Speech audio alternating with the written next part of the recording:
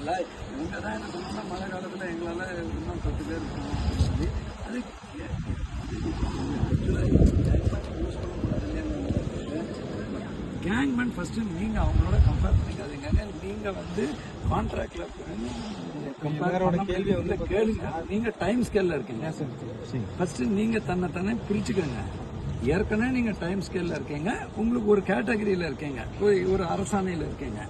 கான்ட்ராக்டில் இருக்கவங்க தனியார் மூலமாக கொஞ்சம் வைடாக இருக்குங்க. கான்ட்ராக்டில் இருக்கவங்க பல்வேறு கம்பெனியில் ஏற்கனவே வேலை பார்க்குறேன், இவர் கம்பெனியில் இருக்காங்க. அவங்க கேட்குற கோரிக்கை வந்து டிஃப்ரெண்ட்.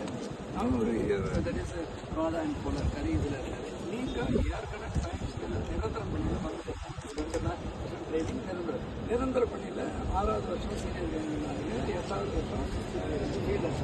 இப்போ வந்து உங்கள் சம்பளம் வந்து 8வது வருஷத்துக்கு இணையாக இருக்குது.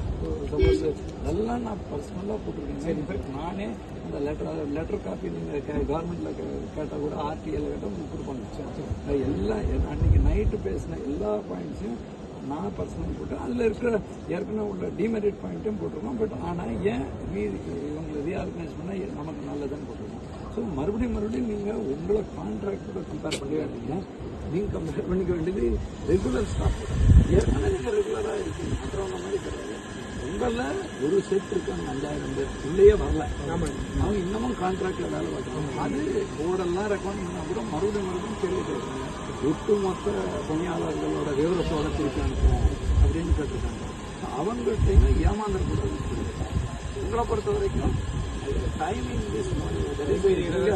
வளர்ந்து போய் கூட நீங்கள் சார் நான் வந்து நிறுத்துவேன் உங்களுக்கு நானே எடுத்து சொல்கிறேன் சொன்னேன். 8வது வருஷம் 6th இருக்கீங்க. 8வது வருஷம் நாங்கள் நினைக்காட்டா கூட நீங்கள் அந்த சம்பளத்தோட அதிகமாக. இப்போ 6வது வருஷத்துலேயே நீங்கள் வந்து ஆல்மோஸ்ட் டெரிவேஷன் கொடுத்தா அதை தாண்டி போயிடுவீங்க.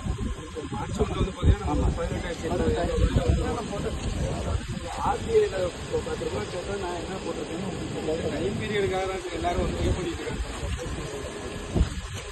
அந்த தயவுசெய்து கான்ட்ராக்டும் நீங்கள் மறுபடியும் ஏன் உங்களை வாங்க பண்ணுறாங்கன்னா you are not contract employee, time scale employee. நான் வந்து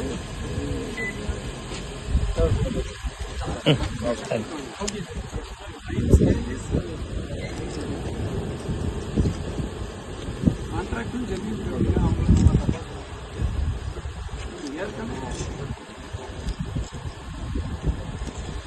ஸ்கேலில் சம்பளம் வாங்கிதான் நீங்கள் நிரந்தர பணியாளர். ஆனால் உங்களோட பணி இன்னும் பயன்படுத்த